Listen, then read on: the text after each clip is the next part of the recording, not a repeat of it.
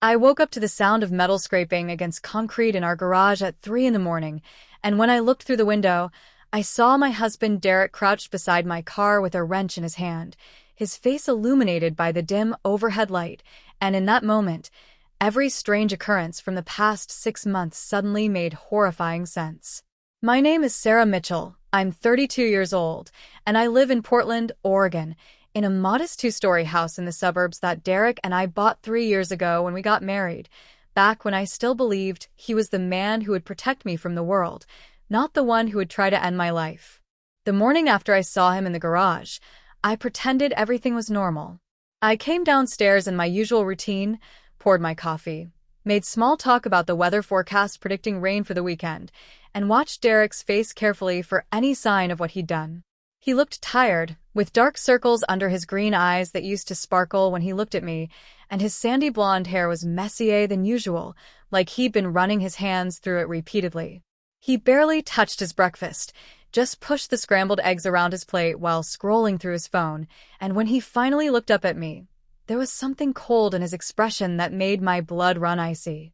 If you're listening to this story and finding it gripping, please take a moment to click that subscribe button, because your support means everything to this channel, and we're working hard to reach 1,000 subscribers. So join this community by hitting subscribe right now. I told Derek I wasn't feeling well and that I'd work from home that day, which wasn't unusual since I'm a graphic designer and my company allows remote work twice a week. He seemed almost disappointed, his jaw tightening slightly before he forced a smile, and said that was probably for the best, that I should rest, and he'd see me tonight after his shift at the construction company where he works as a project manager. The moment his truck pulled out of the driveway, I grabbed my phone and called the one person I knew I could trust completely, Derek's younger sister Amanda, who lived just 20 minutes away in downtown Portland and had always treated me like the sister she never had. Amanda arrived within 30 minutes, her long dark hair pulled back in a ponytail, wearing yoga pants and an oversized sweatshirt, concern etched across her face that resembled Derek's but held none of his recent coldness. She found me sitting at the kitchen table, shaking despite the warm cup of tea in my hands, and before she could even ask what was wrong, I blurted out everything I'd seen the night before. Her face went pale, and she sank into the chair across from me, her brown eyes wide with disbelief. She asked if I was absolutely certain about what I'd witnessed, if there could be any other explanation, and I told her there was no mistaking what I saw, that Derek had been doing something to my brakes, and that the deliberate, focused way he'd been working made it clear this wasn't maintenance or repair. Amanda immediately insisted we call the police, but I hesitated because I knew how this would look. A wife accusing her husband of attempted murder based on seeing him near her car in the middle of the night without any concrete proof of what he'd actually done. Instead, Amanda suggested we take my car to her trusted mechanic, a man named Joe who'd been servicing her vehicles for years and would give us an honest assessment without asking too many questions. We carefully pushed my car out of the garage, neither of us wanting to risk starting it, and Amanda called a tow truck while I gathered my laptop and a few essential items, realizing with a sinking feeling that I might not be coming back to this house anytime soon.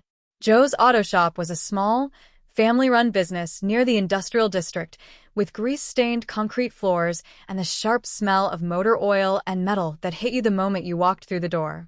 Joe himself was in his late 50s, with gray hair, weathered hands, and the kind of straightforward manner that comes from decades of honest work. Amanda explained that we needed him to check my brakes thoroughly, that we suspected something might be wrong, and the serious tone in her voice made him set aside the transmission he'd been working on and immediately pull my Honda Accord into his bay. What he found made my stomach drop to the floor. The brake lines had been partially cut, not completely severed but weakened to the point where they would fail under pressure, probably after a few miles of driving, especially if I needed to brake suddenly or was going downhill, and the cuts were clean and deliberate, made with a sharp tool, absolutely not the result of normal wear or accidental damage. Joe asked if I wanted him to call the police, his expression grave and protective, but I told him I needed time to think, to figure out what to do next, and Amanda quickly paid him to replace the brake lines and to keep the damaged ones as evidence, storing them in a sealed bag that we locked in her car trunk. As we drove away from the shop in Amanda's silver SUV, My mind raced with questions that had no good answers. Why would Derek want me dead? We'd had our problems like any marriage, arguments about money and his long work hours and my desire to start a family while he kept saying we should wait, but nothing that seemed to warrant murder. Then Amanda asked the question that changed everything, whether Derek was the beneficiary on my life insurance policy, and my heart stopped because I suddenly remembered signing those papers 2 years ago, a $500,000 policy that Derek had insisted we both get, saying it was responsible financial planning for married couples. If you're finding this story compelling and want to hear how this unfolds, please help us reach our goal of 1,000 subscribers by clicking that subscribe button right now. It only takes a second, and it means the world to this channel. Amanda drove us back to her apartment, a small but cozy one-bedroom in a renovated building that smelled like fresh paint and the lavender candles she loved to burn. She made us both strong coffee, and we sat on her gray sectional sofa, trying to piece together a plan. I couldn't go to the police with just the damaged brake lines because Derek could claim he'd been trying to fix something, that I'd misunderstood what I saw, and without proof of intent, it would be my word against his. Amanda suggested I hire a private investigator to follow Derek, to see if there was anyone else in his life, any reason he might want me gone, and she pulled up the contact information for a woman named Patricia Vance who'd helped a friend of hers during a difficult divorce. Patricia met us that same afternoon at a quiet coffee shop in the Pearl District, a stylish older woman in her mid-50s with short silver hair, sharp blue eyes, and the calm, confident demeanor of someone who'd seen every kind of human deception imaginable. I told her everything, from the incident in the garage to the brake lines to the life insurance policy, and she listened without interrupting, taking occasional notes on a small leather-bound notebook. When I finished, she told me that cases like mine were more common than people realized, that financial desperation or greed could turn seemingly normal people into monsters, and she agreed to take my case immediately. Her fee was expensive, $2,000 up front plus daily expenses, but Amanda offered to split the cost with me, and I accepted gratefully, knowing I'd pay her back somehow once this nightmare was over. Patricia started surveillance on Derek the very next day, and Amanda insisted I stay with her rather than return to the house, saying it was too dangerous until we knew more about what Derek was planning. I called my boss and explained I had a family emergency and needed to work remotely for a while, which thankfully wasn't a problem given my track record and the flexibility of my position. Those first few days at Amanda's apartment were surreal. I'd text Derek saying I was staying with Amanda for a bit because I needed some space to think about our marriage, which was true enough, and his responses were oddly neutral, not angry or pleading but just accepting, which somehow felt more ominous than if he'd fought to get me home. On the third day, Patricia called with her first significant finding. She'd followed Derek to a restaurant in Beaverton where he'd met with a woman, and from their body language, intimate conversation, and the kiss they'd shared in the parking lot, it was clear they were involved in more than a casual friendship. Patricia had photographed everything, including the woman getting into a red Mazda with license plates that Patricia had already run through her contacts, discovering the woman's name was Jessica Hartwell, a 28-year-old pharmaceutical sales representative who worked for the same company that had recently contracted with Derek's construction firm for a new building project.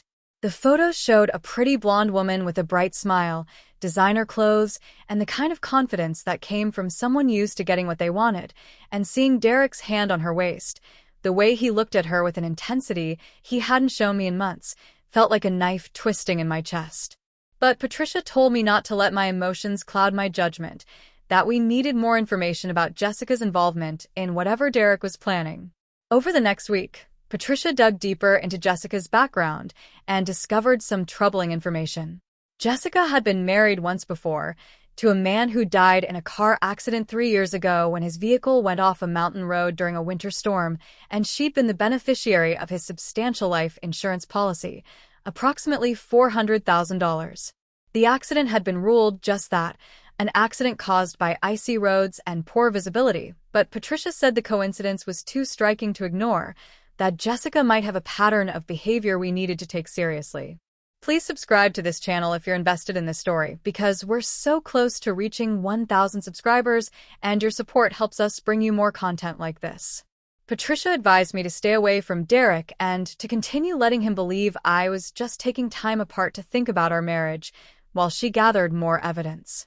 She placed a GPS tracker on Derek's truck, monitored his communications through methods I didn't ask too many questions about, and continued photographing his meetings with Jessica, which were becoming more frequent, sometimes 3 or 4 times a week at hotels, restaurants, and once at Jessica's apartment complex in a newer development near Tanasbourne. Then, about 2 weeks after I'd first seen Derek in the garage, Patricia uncovered something that made the entire situation crystal clear. She'd managed to obtain access to Derek's text messages through a contact who specialized in digital forensics, and what we found was damning. Derek and Jessica had been planning my death for at least 2 months. The messages were coded at first, talking about a project that needed to be completed and referring to me as an obstacle that needed to be removed, but the later messages became more explicit. Jessica had apparently researched ways to cause car accidents that would look like mechanical failure or driver error, and Derek had agreed that tampering with my brakes was the safest approach, something that would be hard to prove as intentional and could be explained away as deferred maintenance on an aging vehicle. The messages also revealed their plan for after my death. Derek would collect the insurance money, wait a respectful 6 months to a year, then marry Jessica, and they'd move to California, where Jessica had been offered a promotion with her company, starting fresh with no one questioning their relationship or its timing. Reading those messages, seeing my husband discuss my murder with such cold calculation, talking about the logistics like he was planning a business deal rather than the end of my life, broke something inside me. I sat in Amanda's living room with my hands shaking so badly I could barely hold the phone Patricia handed me, and Amanda put her arm around my shoulders while I cried, not just for the marriage I'd lost but for the realization that the man I'd trusted completely had been planning to kill me. Patricia said we finally had enough evidence to go to the police, that the combination of the damaged brake lines, the text messages, and the pattern of behavior with Jessica's previous husband would be enough for law enforcement to take action. But Amanda suggested something else, something that would not only stop Derek but potentially expose Jessica as well and prevent them from ever trying this again with someone else. She proposed we set a trap, make Derek believe his plan had worked, but in a way that would force him to reveal his involvement and implicate Jessica too. It was risky, possibly even dangerous, but Amanda insisted she'd be with me every step of the way, and Patricia agreed to help coordinate everything with her contacts in law enforcement so that we'd have backup if anything went wrong. The plan we developed was elaborate but simple in its execution. I would stage my own car accident, make it look like the brake failure Derek had planned, but survive it in a way that appeared miraculous, then watch how Derek reacted and whether he'd do anything that would prove his guilt beyond reasonable doubt. Patricia had a contact in the police department, a detective named Maria Rodriguez who specialized in domestic violence and attempted murder cases, and when Patricia presented her with all our evidence, Detective Rodriguez agreed to help us set up a controlled operation. If this story has you on the edge of your seat, show your support by subscribing to our channel. We're working toward 1,000 subscribers, and every single one matters. Patricia met us that same afternoon at a quiet coffee shop in the Pearl District, a stylish older woman in her mid-50s with short silver hair, sharp blue eyes, and the calm, confident demeanor of someone who'd seen every kind of human deception imaginable.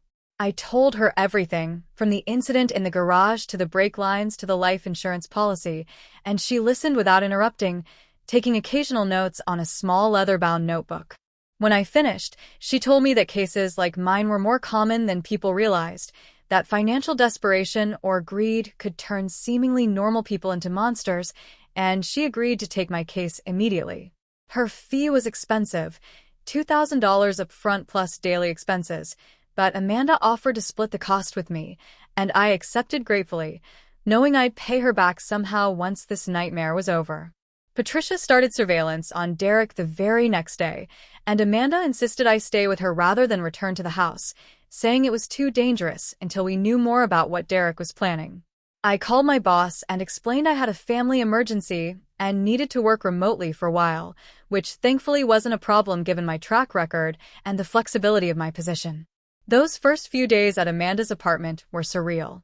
I text Derek saying I was staying with Amanda for a bit because I needed some space to think about our marriage, which was true enough, and his responses were oddly neutral, not angry or pleading but just accepting, which somehow felt more ominous than if he'd fought to get me home. On the third day, Patricia called with her first significant finding.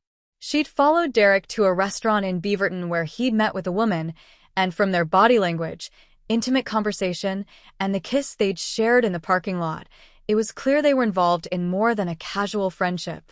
Patricia had photographed everything, including the woman getting into a red Mazda with license plates that Patricia had already run through her contacts, discovering the woman's name was Jessica Hartwell, a 28-year-old pharmaceutical sales representative who worked for the same company that had recently contracted with Derek's construction firm for a new building project. The photos showed a pretty blonde woman with a bright smile, designer clothes, and the kind of confidence that came from someone used to getting what they wanted, and seeing Derek's hand on her waist, the way he looked at her with an intensity he hadn't shown me in months, felt like a knife twisting in my chest. But Patricia told me not to let my emotions cloud my judgment, that we needed more information about Jessica's involvement in whatever Derek was planning. Over the next week, Patricia dug deeper into Jessica's background and discovered some troubling information. Jessica had been married once before, to a man who died in a car accident 3 years ago when his vehicle went off a mountain road during a winter storm, and she'd been the beneficiary of his substantial life insurance policy, approximately $400,000. The accident had been ruled just that, an accident caused by icy roads and poor visibility, but Patricia said the coincidence was too striking to ignore, that Jessica might have a pattern of behavior we needed to take seriously. Please subscribe to this channel if you're invested in this story, because we're so close to reaching 1,000 subscribers, and your support helps us bring you more content like this. Patricia advised me to stay away from Derek and to continue letting him believe I was just taking time apart to think about our marriage, while she gathered more evidence. She placed a GPS tracker on Derek's truck, monitored his communications through methods I didn't ask too many questions about, and continued photographing his meetings with Jessica, which were becoming more frequent, sometimes 3 or 4 times a week at hotels, restaurants, and once at Jessica's apartment complex in a newer development near Tannisbourne. Then, about 2 weeks after I'd first seen Derek in the garage, Patricia uncovered something that made the entire situation crystal clear. She'd managed to obtain access to Derek's text messages through a contact who specialized in digital forensics, and what we found was damning. Derek and Jessica had been planning my death for at least 2 months. The messages were coded at first, talking about a project that needed to be completed and referring to me as an obstacle that needed to be removed, but the later messages became more explicit.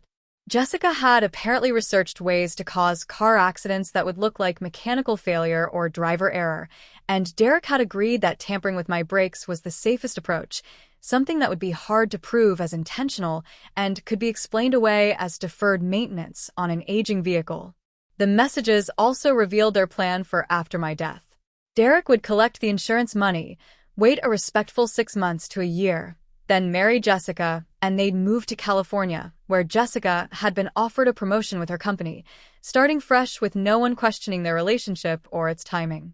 Reading those messages, seeing my husband discuss my murder with such cold calculation, talking about the logistics like he was planning a business deal rather than the end of my life, broke something inside me.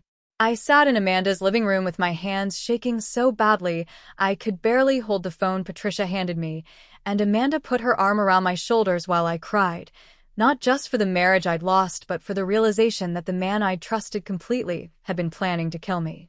Patricia said we finally had enough evidence to go to the police, that the combination of the damaged brake lines, the text messages, and the pattern of behavior with Jessica's previous husband would be enough for law enforcement to take action.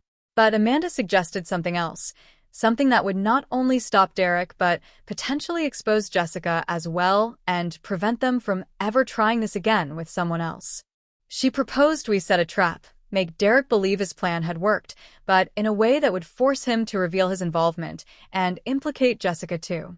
It was risky, possibly even dangerous, but Amanda insisted she'd be with me every step of the way, and Patricia agreed to help coordinate everything with her contacts and law enforcement so that we'd have backup if anything went wrong.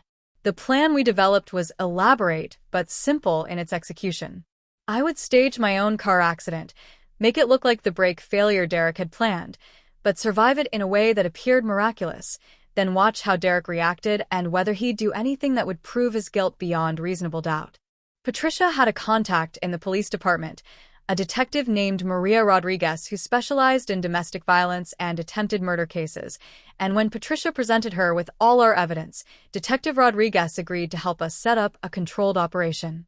If this story has you on the edge of your seat, show your support by subscribing to our channel. We're working toward 1,000 subscribers, and every single one matters. We chose a winding road in the West Hills, not far from Forest Park, where accidents weren't uncommon and where the steep grades and curves would make brake failure seem plausible.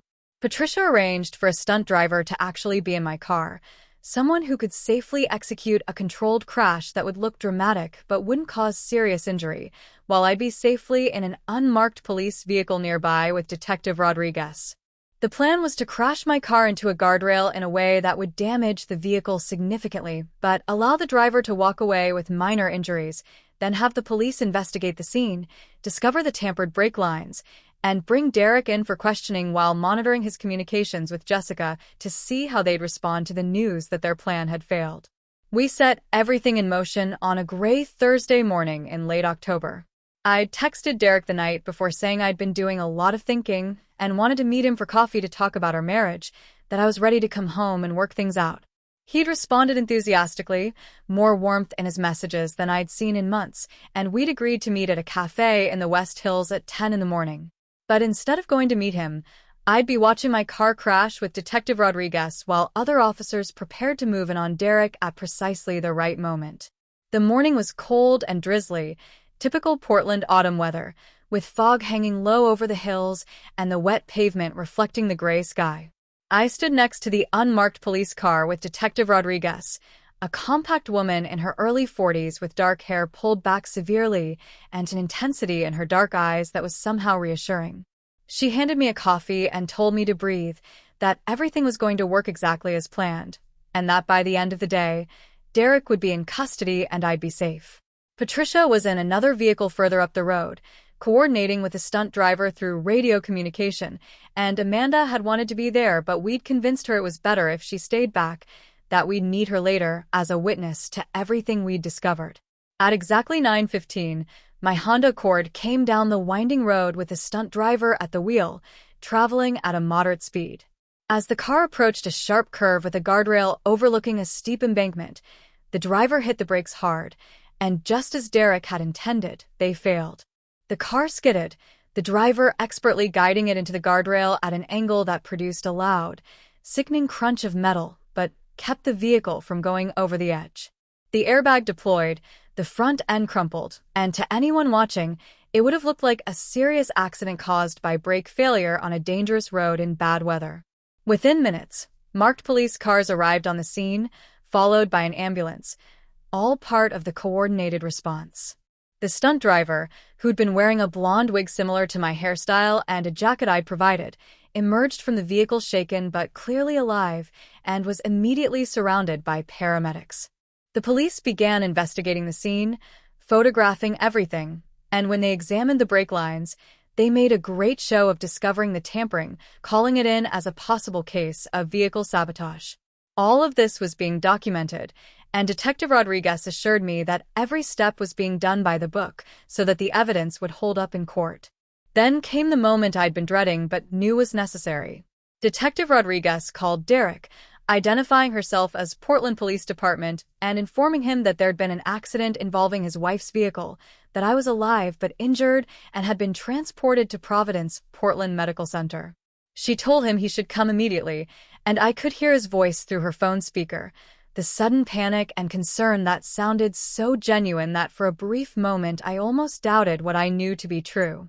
He said he'd be there right away, and Detective Rodriguez told me that was exactly the response we'd expected, that he'd need to play the concerned husband to avoid suspicion.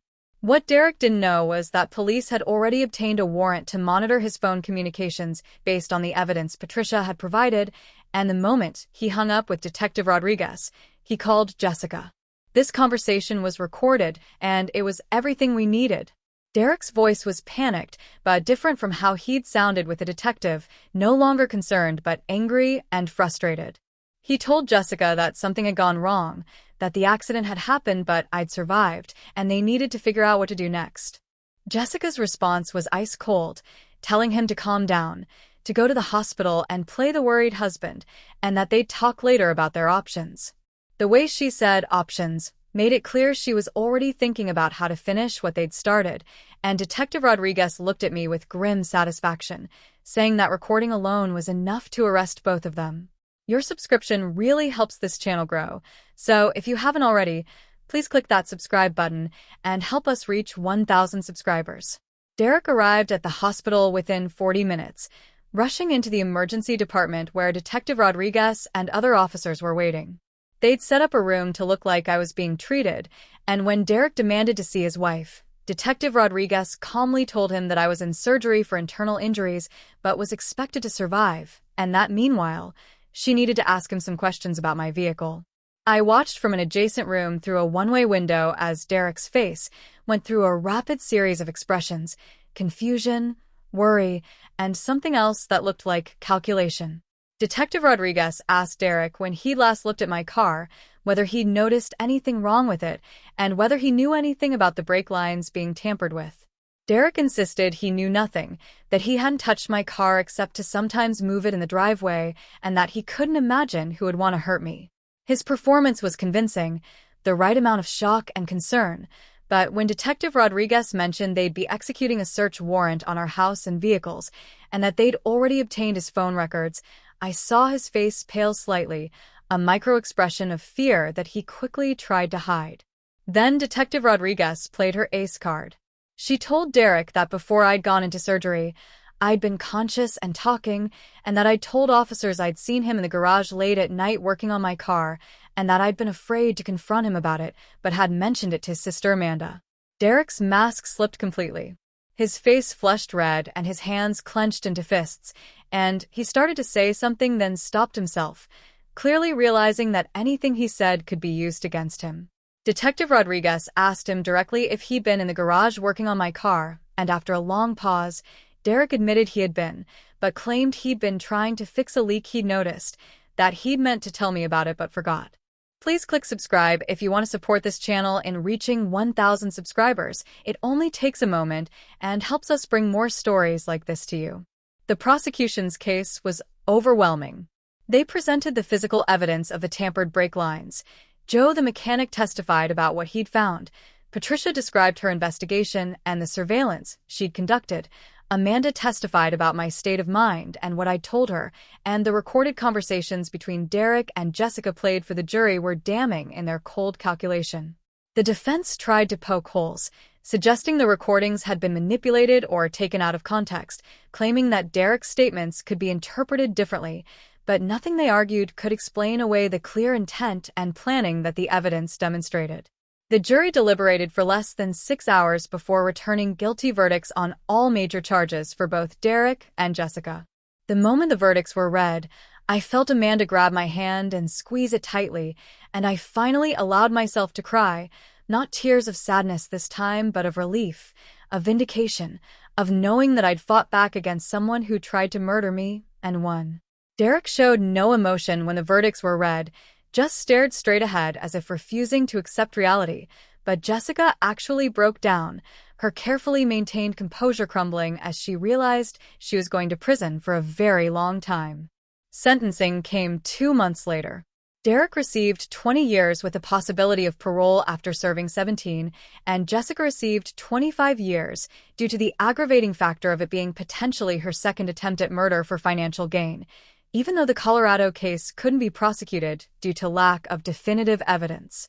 The judge was particularly harsh in his comments about Jessica, noting that she'd shown a complete lack of remorse and appeared to view other people as objects to be used and discarded for her personal enrichment, and that society needed to be protected from her predatory behavior for as long as legally possible. After the sentencing, I stood outside the courthouse with Amanda, Patricia, and Detective Rodriguez, facing a small crowd of reporters and supporters who'd followed the case.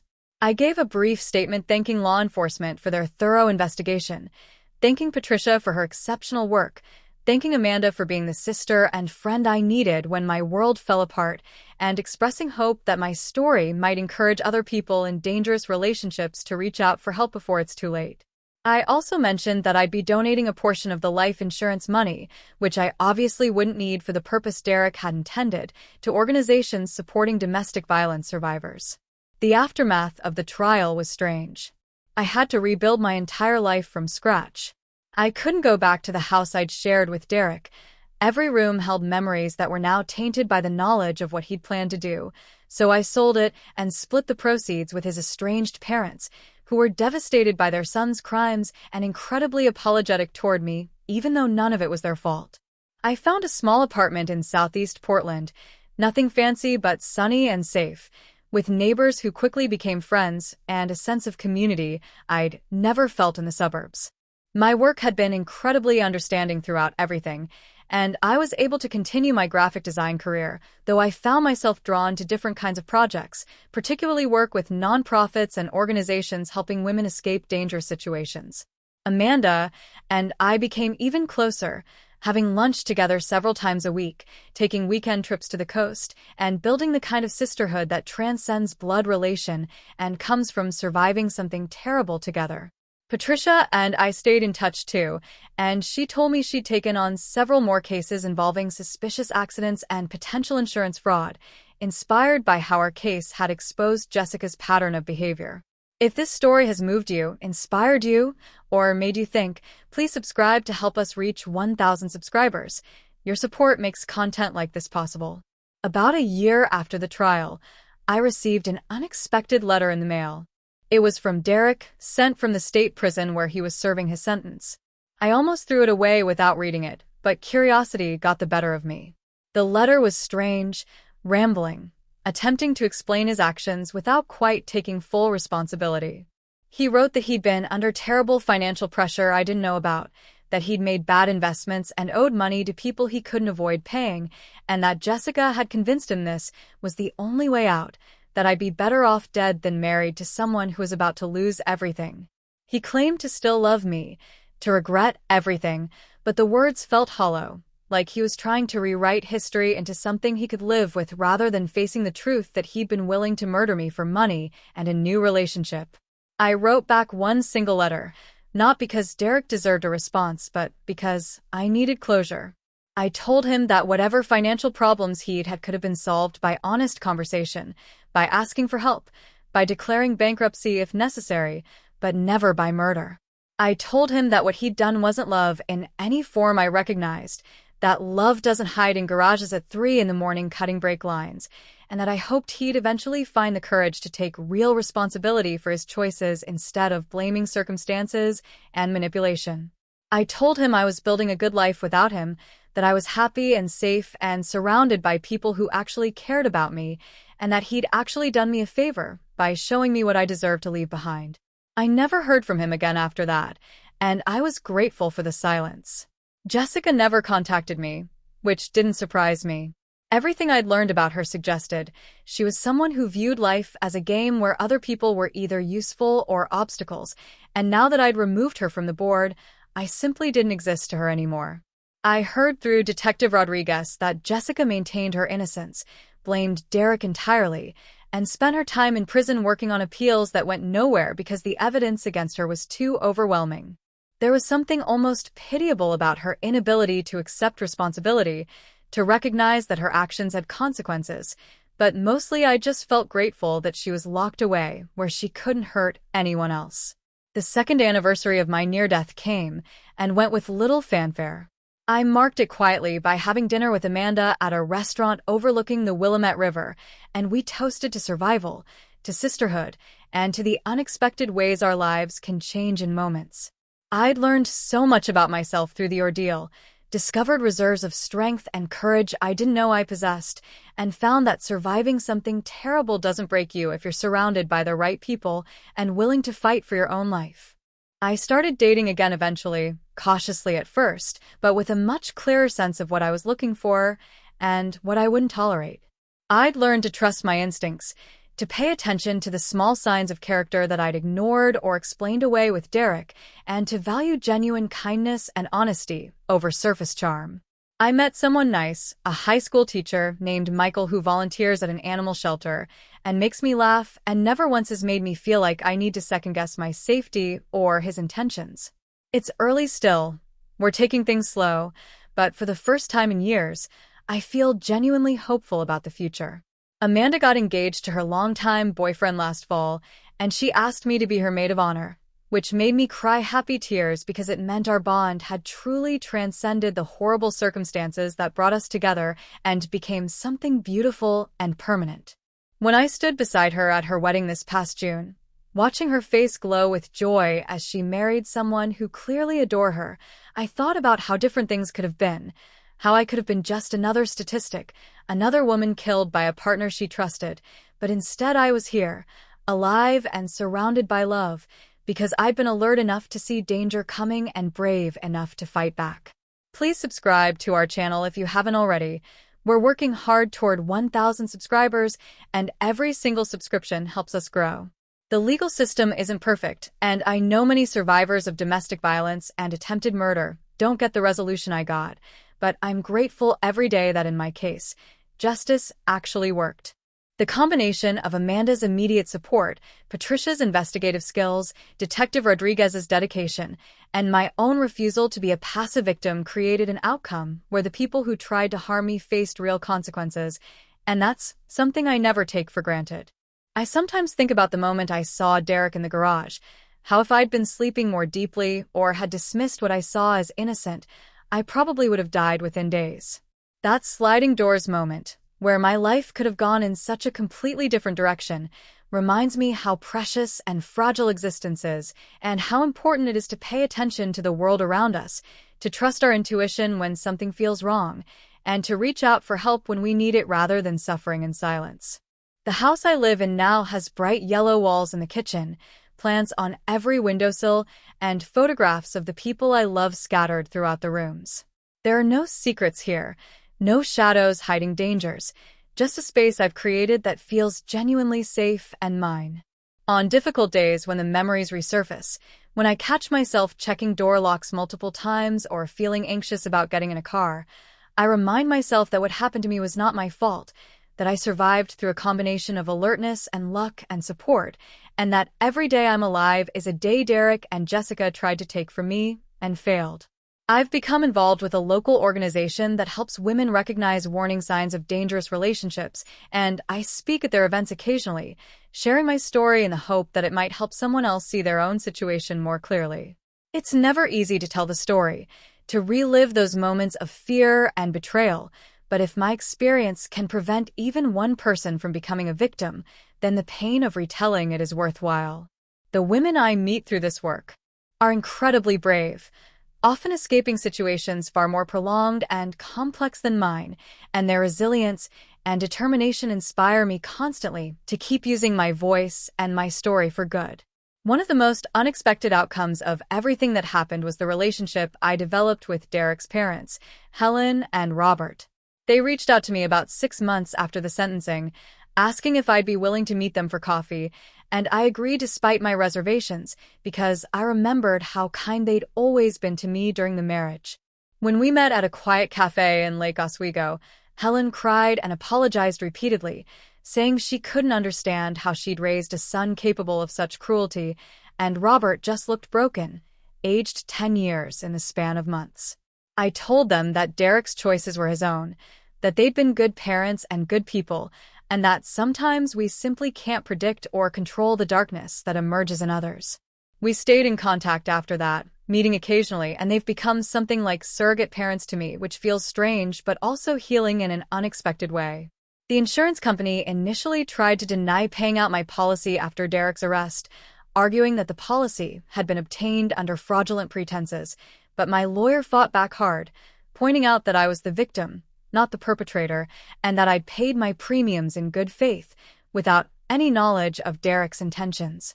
Eventually they settled, paying out the full amount, and that money became the foundation for rebuilding my life, buying my apartment outright, starting a small college fund for the children I hope to have someday, and making those donations to organizations helping other survivors. Patricia's investigation business grew significantly after our case received media attention, and she told me she was turning away clients because demand exceeded her capacity. She hired 2 additional investigators and opened a second office, specializing in cases involving suspected spousal misconduct and potential violence. She credited our case with giving her firm the visibility and credibility that allowed that expansion, but I credited her skill and dedication, which had literally saved my life. We meet for lunch every few months, and she always has stories about her current cases, carefully anonymized but fascinating glimpses into the hidden darkness that exists in so many seemingly normal relationships. Detective Rodriguez was promoted to sergeant about 18 months after Derek and Jessica's convictions, partly in recognition of how well she'd handled our case and coordinated the complex operation that led to their arrests. She called to tell me about the promotion and said that she'd always remember our case as one where everything went right, where a potential victim became a survivor because of quick thinking and good support, and that cases like mine reminded her why she'd joined law enforcement in the first place. Hearing that from someone who dealt with the worst of human nature every day meant more to me than almost any other validation I received. If you've followed this entire journey with me and want to see more content like this, please take a moment to subscribe to our channel. We're so close to reaching 1,000 subscribers, and your support makes all the difference. The psychological recovery from attempted murder took longer than I expected. I developed symptoms of post-traumatic stress, nightmares where I'd relive seeing Derek in the garage or imagine variations where the brake failure happened before I discovered what he'd done, and I'd wake up gasping, my heart racing, needing several minutes to convince myself I was safe in my own apartment. I started seeing a therapist who specialized in trauma, a compassionate woman named Dr. Sarah Chun, who helped me process not just the attempt on my life, but the betrayal of trust that accompanied it, the fundamental violation of believing someone loved you while they were actively planning your death.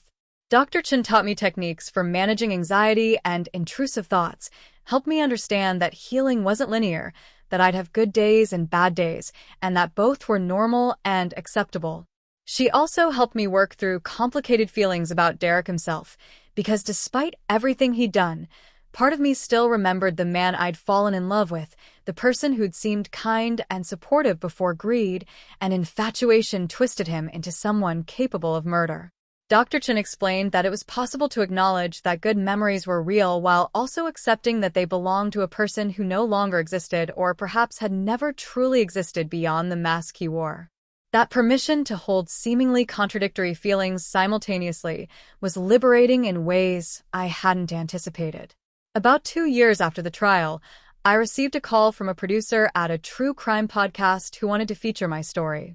I was hesitant at first, uncomfortable with the idea of my trauma becoming entertainment, but the producer assured me they'd handle it respectfully, that I'd have full control over what was included, and that the episode would focus on survivor empowerment and recognizing warning signs rather than sensationalizing the violence.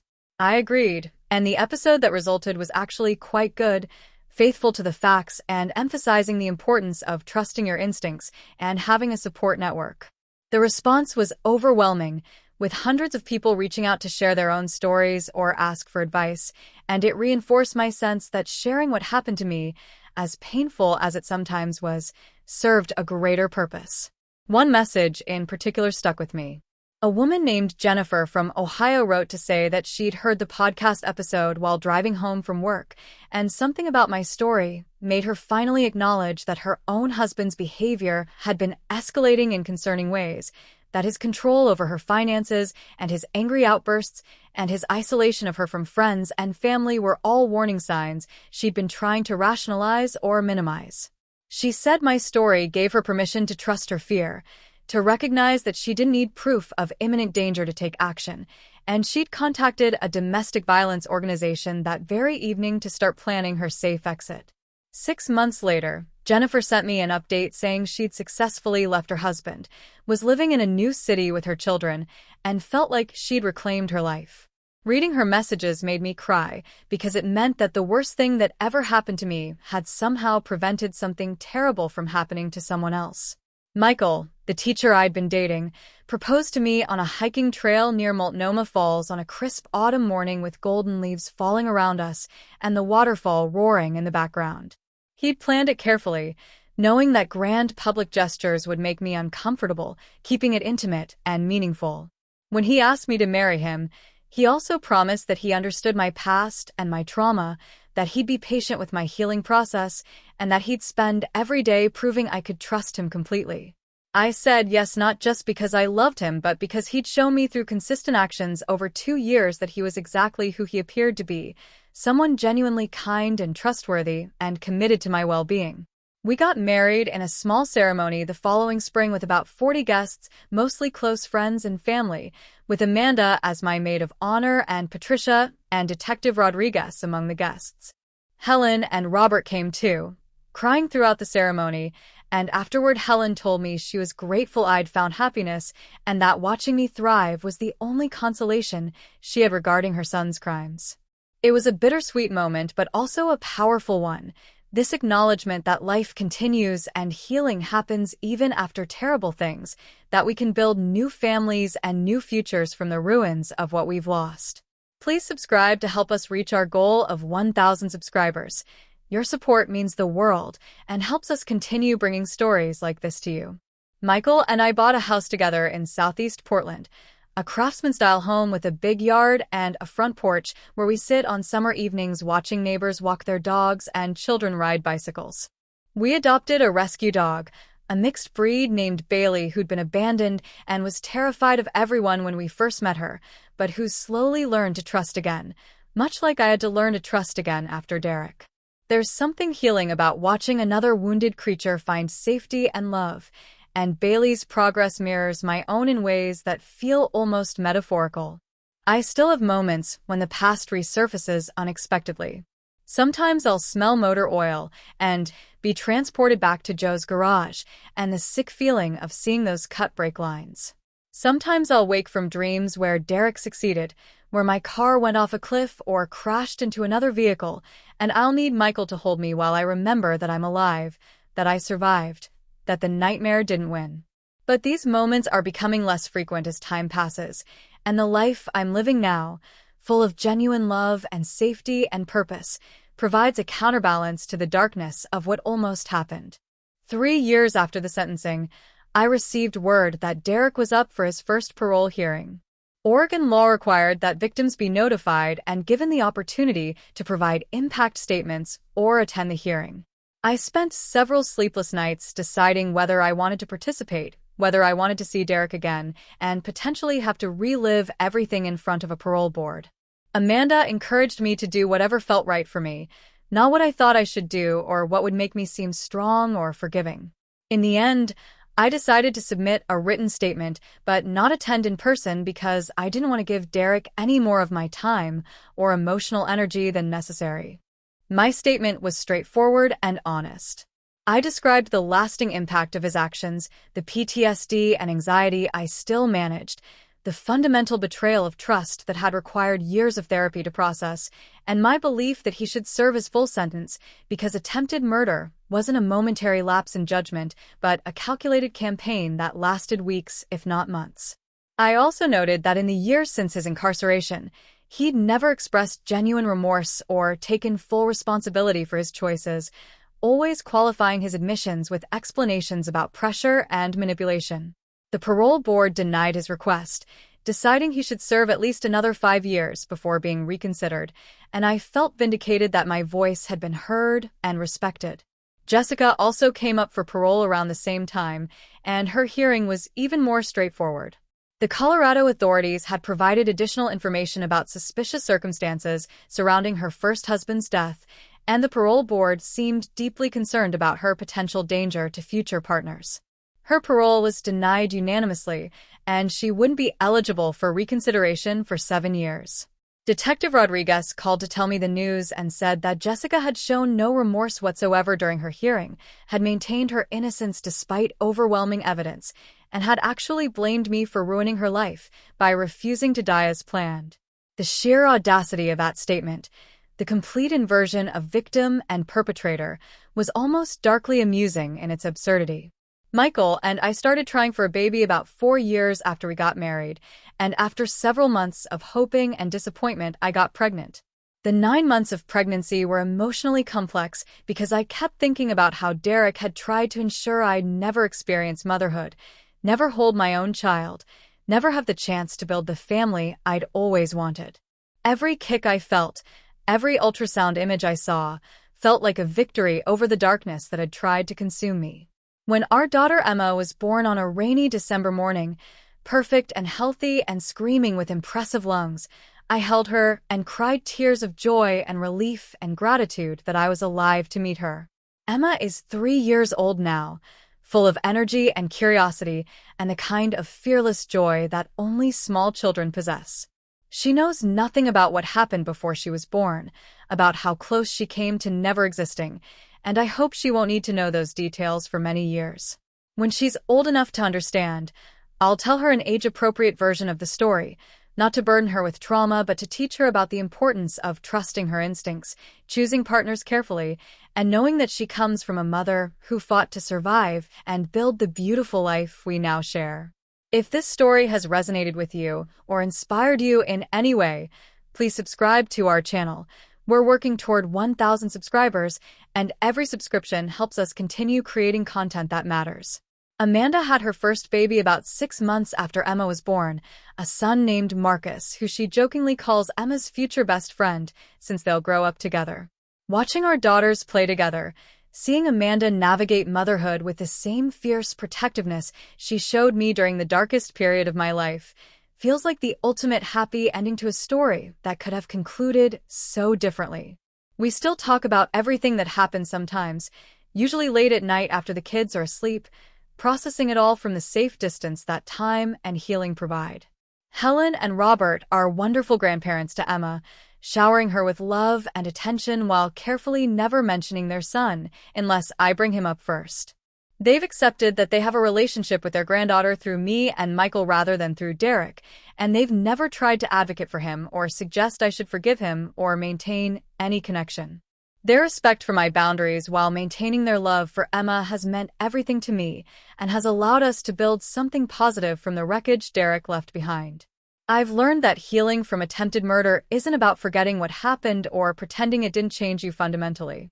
It's about integrating the experience into your life story without letting it define your entire identity. I'm Sarah, a graphic designer, a wife, a mother, a friend, a survivor, an advocate for domestic violence awareness, and so many other things beyond just being someone who almost died. Derek's attempt to end my life failed, but more importantly, it failed to end my capacity for joy, love, trust, and growth. In trying to destroy me, he inadvertently pushed me toward becoming a stronger, more aware, more compassionate version of myself than I might have otherwise become. The financial settlement from selling the house I'd shared with Derek, combined with the insurance money and careful saving, eventually allowed Michael and me to start a small nonprofit organization focused on helping women recognize and escape dangerous relationships. We called it Second Chance Foundation, and we provide funding for private investigators when women suspect their partners of dangerous behavior but lack proof, subsidize security systems and relocation costs for women leaving violent situations, and offer support groups led by trained therapists. Patricia serves on our board of directors, and Detective Rodriguez has helped us develop relationships with local law enforcement to ensure smooth coordination when cases escalate. The nonprofit has helped over 200 women in its first 4 years of operation, and each success story feels like another victory over the darkness Derek and Jessica represented. Every woman who successfully escapes a dangerous relationship, every person who learns to recognize warning signs before things escalate to violence, represents a life saved and a future preserved. It's the most meaningful work I've ever done, and knowing that the money Derek tried to gain by killing me is instead being used to save other women's lives feels like the ultimate form of justice beyond what the courts could provide. Last month we held our annual fundraising gala, a much bigger affair than I'm usually comfortable with, but necessary to support our growing operations. During my speech to the assembled donors and supporters, I told an abbreviated version of my story, explaining how a 3 a.m. glimpse of my husband in the garage became the beginning of a journey that led to this organization and this mission. I saw tears in many eyes throughout the room, and afterward, several women approached me privately to share their own stories of survival, creating an impromptu support group right there in the hotel ballroom. Those connections, that sense of community among survivors, reminded me why vulnerability and storytelling matter, why sharing our worst moments can help prevent others from experiencing similar horrors. Derek will be eligible for parole again in about 2 years. I don't know if I'll participate in that hearing or if I'll simply let the legal system make its decisions without my input. Part of me feels like I've already given him enough of my time and energy that continuing to engage with his parole process keeps me tethered to the past in ways that aren't healthy. But another part of me feels a responsibility to ensure the parole board has complete information about his crimes and their lasting impact, to be a voice for the person I was when he tried to kill me and for any potential future victims if he's released too soon. It's a decision I don't have to make today, and I'm learning to be comfortable with uncertainty, with waiting until the time comes to see how I feel. Jessica will remain in prison for many more years, and honestly, I don't think about her often anymore. She's become irrelevant to my life in a way Derek never quite has, perhaps because Derek was someone I truly loved and built a life with, while Jessica was always just a threat, an external danger rather than an internal betrayal. I hope she eventually takes responsibility for her actions, not for my sake but for her own, because living with unacknowledged guilt must be its own kind of prison. But if she never does, if she remains convinced of her own victimhood for the rest of her life, that's her burden to carry, not mine. Please take a moment to subscribe to our channel if you've been moved by this story. We're so close to 1,000 subscribers, and your support helps us reach more people with content that matters. The question people ask me most frequently when I speak at events or share my story is whether I ever saw warning signs before that night in the garage, whether there were red flags I missed that might have predicted Derek's capacity for violence. The honest answer is complicated because in retrospect, there were small things that seemed innocuous at the time, but take on different meaning knowing what I know now.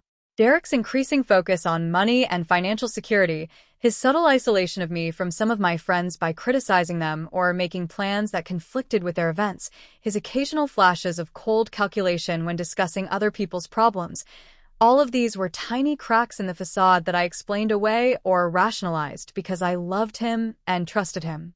But I also resist the narrative that I should have known or could have prevented what happened by being more vigilant, because that places responsibility on the victim rather than the perpetrator. Derek made choices, deliberate and calculated choices over an extended period, to plan and attempt to execute my murder. Those choices were his alone, and no amount of vigilance on my part could have changed his fundamental decision to value money and a new relationship over my life. What I can control is how I respond to my experience, how I use it to help others, and how I build a future that honors the second chance I was given when I happened to wake up at exactly the right moment to see something I wasn't supposed to see. Emma asks questions sometimes about why she only has one grandpa on Daddy's side, where her other grandpa went, and so far I've told her simple, age-appropriate truths, that Daddy's daddy made some very bad choices and has to live somewhere else as consequences for those choices. As she gets older, the questions will get more specific and more difficult, and I'll have to decide how much detail to share and when. Michael and I have discussed this extensively with Dr. Chin, who still sees me occasionally for maintenance therapy, and we've agreed that honesty balanced with age-appropriateness is the best approach. Emma deserves to know her own history, but she also deserves to be protected from the full horror of it until she's emotionally mature enough to process it. I've written letters to Emma that I keep in a locked box, letters explaining everything that happened in detail, letters about how I fought to survive so that she could exist, letters about the importance of trusting your instincts and choosing partners who show you, through consistent actions, that they value your well-being above their own desires. I don't know when I'll give her these letters. Maybe when she's a teenager. Maybe when she's an adult preparing for her own serious relationships. Maybe never if she learns everything she needs through other conversations. But having them written feels important, like I'm preserving the truth for her in my own words rather than letting her learn about it through police reports or news articles or Google searches. The neighborhood where Michael and I live has become a real community for us, Not just a place we sleep, but a network of genuine relationships and mutual support. Our neighbors know parts of my story, the broad strokes at least, and they've been universally kind and protective without being intrusive or treating me like I'm fragile. There's Susan across the street who watches Emma sometimes when I have foundation work to do, and Tom and Jennifer next door who hosted a welcome home party when we brought Emma back from the hospital, and the Patel family 2 houses down whose teenage daughter babysits and who've shared their own immigration story of survival and rebuilding. These connections, this web of ordinary human kindness, represent what life is supposed to be, and they're the antidote to the isolation and danger that Derek tried to trap me in.